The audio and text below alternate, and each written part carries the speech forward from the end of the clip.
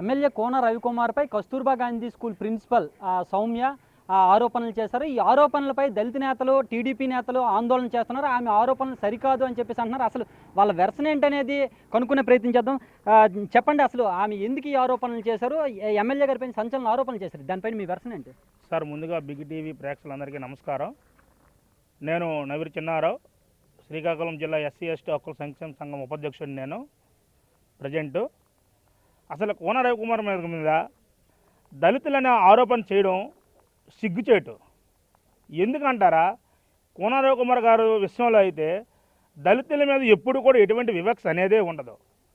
ఈరోజు ఈ సౌమ్య మేడం గారు అనే వ్యక్తి రవికుమార్ గారి మీద దళితులకి అన్యాయం చేసిన ముద్ర ఎలా వేస్తారు? మీరు అసలు ఏ రకంగా అనుకుంటున్నారు చెప్పండి. ముందుగా ఆయన మీకు ఏ రకంగా అరెస్ట్మెంట్ చేశారో చెప్పండి. ముందు మీరు ఇప్పుడు వీడియో కాల్ చేసి మీకు ఆరోపణ చేశారని అన్నారు.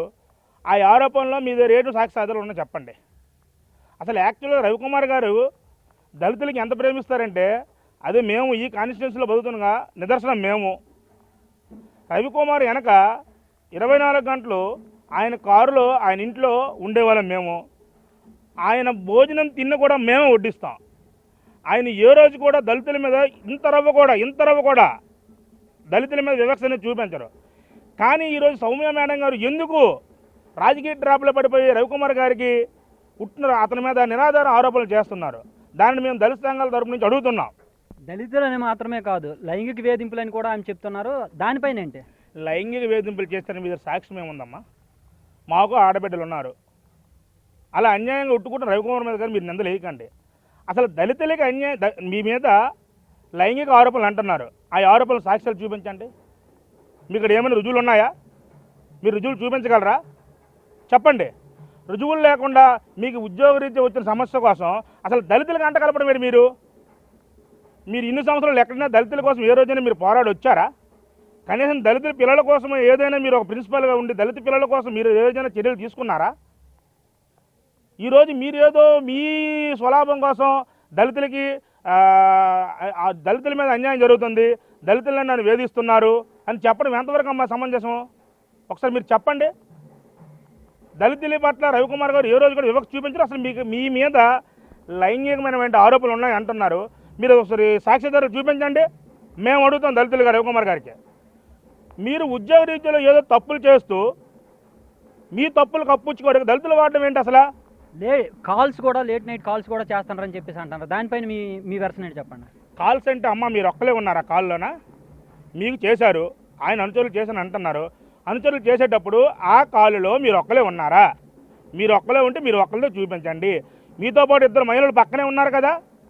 ఆయన ఏమైనా అసంబద్ధంగా మాట్లాడితే ఆ 2 మహిళలు కూడా ఖండిస్తారు కదా. ఈరోజు వాళ్ళు తోటి ఉద్యోగస్తులే కదా, వాళ్ళు మీతోటి పాటు ప్రిన్సిపల్లే కదా, 2 స్కూల్ ఉన్నాం, వాళ్ళు ఖండిస్తారు కదా. వాళ్ళు లేనిది మీరు ఒక్కరు అన్నం ఏంటమ్మా? ఏమని మీకు ఆయన ఎప్పుడైనా స్పెషల్గా మీకు అనుచరులతో కానీ ఆయన కానీ మీకు ఏదో ఒక్కరోజు ఫోన్ చేశారా? ఫోన్ చేస్తే ఆ వీడియో కాల్ బయట పెట్టండి. మీరు బయట పెట్టకుండా లేనిపోయిన ఆరోపణలు చేసి నన్నే లైంగిక వేధించారని చెప్పడం ఎంతవరకు కరెక్ట్? మీకు అది అయితే కరెక్ట్ కాదు. మేము నమ్మము, మేము దళితులమే అని రవికుమార్ గారు ఏంటో మాకు తెలుసు. రవికుమార్ గారు ఇంట్లో ఆయనకి భోజనం పెడుతుందో దళితుడు, ఆయన కారు డ్రైవర్ దళితుడు, ఆయనతో పాటు కారులో ప్రయాణం చేస్తున్నాం మేము దళితులం. ఏ రోజు కూడా మా ఆడబిడ్డల పట్ల కానీ మా పట్ల కానీ కోన రవికుమార్ గారు ఎక్కడ కూడా దళిత వివక్ష అనేది చూపించలేదు. మీరైతే మాట్లాడుతున్నారు, ఎంతవరకు ఎమ్మెల్యే గారు ఎంతవరకు రెస్పాండ్ అవ్వలేదు? ఇంత విషయం జరుగుతున్నా కానీ ఎందుకే రెస్పాండ్ అవ్వలేదు? ఎమ్మెల్యే గారు ఖాళీగా లేరండి. కాన్స్టిట్యున్సీ అభివృద్ధి కొరకు, ఆంధ్రప్రదేశ్ అభివృద్ధి కొరకు ఆయన అదర్ కంట్రీ వెళ్ళారు. ఆయన ఇక్కడలా మన పక్కలాగా ఇల్లు వైసీపీ నాయకుల్లాగా ఇల్లు పక్కన ఇంకో నాయకుడిలాగా వెంటనే స్పందించడానికి ఆయన అంత అందుబాటులో ఉండడు. ఆయన కాన్స్టిట్యున్సీ డెవలప్మెంట్ కోసం, స్టేట్ డెవలప్మెంట్ కోసం గవర్నమెంట్ ఒక పని మీద ఆయన వెళ్ళాడు అదర్ కంట్రీ. ఆయన స్పందిస్తారు, స్పందించి వచ్చి దీని మీద ఎటువంటి శాఖపరమైన చర్యలు తీసుకుంటారు. ఆయన అంత నాలెడ్జ్ లేని వ్యక్తిగత కాదు. ఏదో ఈరోజు కోన రవికుమార్ ఏదో నోటితో ఒక మాట తిట్టేశాడు అనేసినంత వ్యక్తిగత కాదు. ప్రతిదీ చట్టపరంగా వెళ్తారు కోన రవికుమార్ గారు, చట్టపరమైన నిర్ణయాలు తీసుకుంటారు కోన రవికుమార్ గారు. దానికి మీరు సిద్ధపడి ఉండండి. మీరు మా దళిత సోదరే. మీరు ఈరోజు ఆయన మీద తప్పుడు ఆరోపణలు చేస్తున్నారు. ఆ ఆరోపణలకి ఆయన చట్టపరంగా మేము చర్యలు తీసుకోవడం రెడీగా ఉంటారు. మీరు గతంలో రణస్థలంలో కూడా సస్పెండ్ అయ్యారంట. అక్కడ ఎందుకమ్మా సస్పెండ్ అయ్యారు? మీరు ఏ తప్పు చేయకుండా అయ్యారు చెప్పండి. మీరు గతంలో మీ నాన్నగారంట పొందూరులో ఎంఈఓ చేశారు. మీ నాన్నగారు చాలా హెల్ప్ఫుల్గా రవికుమార్ గారు ఉన్నారు.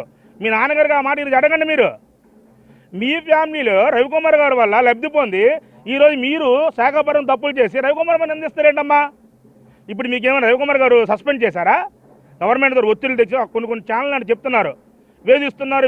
ఏటి వేధిస్తున్నారు? మీకేమైనా ఉద్యోగం తొలగించారా? ఇక్కడి నుంచి ఇంకో మీరు అవినీతి ఆరోపణలు ఎదుర్కొన్నారు కాబట్టి ఇక్కడి నుంచి వేరే ప్లేస్ బదిలీ చేశారు. మీరు అక్కడ నిజాయితీ ఉద్యోగం చేసుకోండి. మీరు అసలు అక్కడికి ఏం ఉద్యోగం వెళ్ళాలంటారు? రవికుమార్ గారు మీకు లైంగిక వేధించినంటారు. దానిపైన మీ పై అధికారులకు వెళ్ళండి. మీ యాదవులతో వెళ్ళండి అమ్మా. ఆవిడ అవినీతి చేశారని చెప్పేసి మీరు అంటున్నారు. దానికి సంబంధించిన ఎవిడెన్స్లు కానీ ఏమైనా ఉన్నాయి మీ దగ్గర? ఉన్నాయండి. అవి ఆమె పిల్లలకు గుడ్లు సరిగ్గా ఇవ్వలేదంట, పిల్లలకు సరిగ్గా పట్టించుకోవట్లేదట. స్కూల్ అంటే ఇప్పుడు మాకు మొన్న విద్యా కమిటీ మా గౌరవ మంత్రి గారు లోకేష్ గారు విద్యా కమిటీ చైర్మన్ లేశారు. మినిమం ఆవిడ స్కూల్కి వెళ్తే చైర్మన్ కూడా విలువరంట. పిల్లల బాధలు చూసి ఇన్ టైం డ్యూటీకి రారంట. మా కానిస్టేబుల్ చెప్పుకుంటున్నారు, మా చైర్మన్ చెప్తున్నాడు. ఆవిడ చేసిన ఆరోపణలు పిల్లలు చెప్తున్నారు, సహచరులు చెప్తున్నారు, స్టాఫ్ చెప్తున్నారు ఆవిడ పట్ల తీరు. మీరు అవన్నీ చూడండి ఒకసారి సీట్లు. ఏ రోజైనా పేద పిల్లలు మీరు న్యాయం చేశారమ్మా? మీరు చేసిన తప్పులు కప్పుచ్చుకోవడానికి రవికుమార్ మీద నిందలు. రవికుమార్ గారు అయితే దళితుల మీద ఏ రోజు వివక్ష చూపించలేదు, చూపించరు. ఈరోజు మేము అందరం ఇక్కడ దళితులుగా బతుకుతున్నాం. ఆయన ఇంట్లో మనుషులమే, రవికుమార్ ఇంట్లో మనుషులమే దళితులు ఉన్నారు. ఆయనకు వంట చేసిన వాళ్ళు, ఆయనకు వండి పెట్టిన వాళ్ళు, ఆయన కార్ డ్రైవర్ నడిపించిన వాళ్ళు కూడా మేము దళితులమే. ఈరోజు ఈ కాన్స్టిట్యూన్సీ ఈ స్థితిలో రవికుమార్ గారి వల్లే ఉన్నాం దళితులం. మన కాన్స్టిట్యూన్సీ కాదు, అదర్ కాన్స్టిట్యూన్సీ దళితులు వచ్చినా రవికుమార్ గారు ఎంత గౌరవిస్తారో దళిత నాయకులు అడగండి ముందు. కొందరు చిల్లర వాళ్ళ నాయకులు ఉంటారు, ఏదో ఆ రోజు స్వలాభం కోసం. ఆ తీరు కరెక్ట్ కాదు అమ్మా. మీరు రాజకీయం చేయాలనుకుంటే మీరే నష్టపోతారు. దయచేసి రాజకీయం చేయవద్దు. రవికుమార్ గారు లాంటి మంచి లీడరు, అసలు ఉన్నతమైన లీడరు, సబ్జెక్ట్ ఉన్న లీడరు, అటువంటి లీడర్లకు దయచేసి మీరు అబుసుబాలు చేయకండి. మీరే అబుసుబాలు అయిపోతారు. ఈ సందర్భం నేను తెలియజేస్తున్నాను. అది చూస్తున్నారు కదా, ఆవిడ అవినీతి ఆరోపణలు, ఆవిడ అవినీతి చేసింది గుడ్లకు సంబంధించిన విషయం కావచ్చు, పిల్లలకు వచ్చేటటువంటి ఫుడ్ విషయంలో కావచ్చు. ఆవిడ పిల్లలకు పెట్టకుండా సైడ్ చేయడం వల్లే ఆవిడని ట్రాన్స్ఫర్ చేయాల్సి వచ్చింది. ట్రాన్స్ఫర్ అయ్యారు అంతే తప్పించి ఆవిడ మీద ఎలాంటి వేధింపులు కానీ ఏం కానీ లేవు. ఒకవేళ నిజంగానే వేధింపులు ఏమైనా చేసినట్టు ఉంటే ఆధారాలు చూపించండి, మా దగ్గర ఆవిడ అవినీతి చేసినట్టుగా ఆధారాలు ఉన్నాయి అని చెప్పేసి టీడీపీ నేతలు, దళిత నేతలు చెప్తున్నారు. రెండోది ఇంకోటి ఏంటంటే ఎమ్మెల్యే రవికుమార్ పైన దళిత వ్యతిరేకి అనే ముద్ర వేయడం అనేది సరికాదు అని చెప్పేసి అంటున్నారు. ఎమ్మెల్యే గారు వచ్చిన తర్వాత రెస్పాండ్ అవుతారు, శాఖాపరమైన చర్యలు ఖచ్చితంగా తీసుకుంటాం, ఎట్టి పరిస్థితుల్లోని కూడా తమ పైన ఆరోపణలు చేసిన వాళ్ళని వదిలిపెట్టేది లేదు అని చెప్పేసి ఇక్కడ టీడీపీ నేతలు చెప్తున్నారు. కెమెరామెన్ నాగరాజుతో షణ్ముఖ్, బిగ్ టీవీ, శ్రీకాకుళం నుంచి.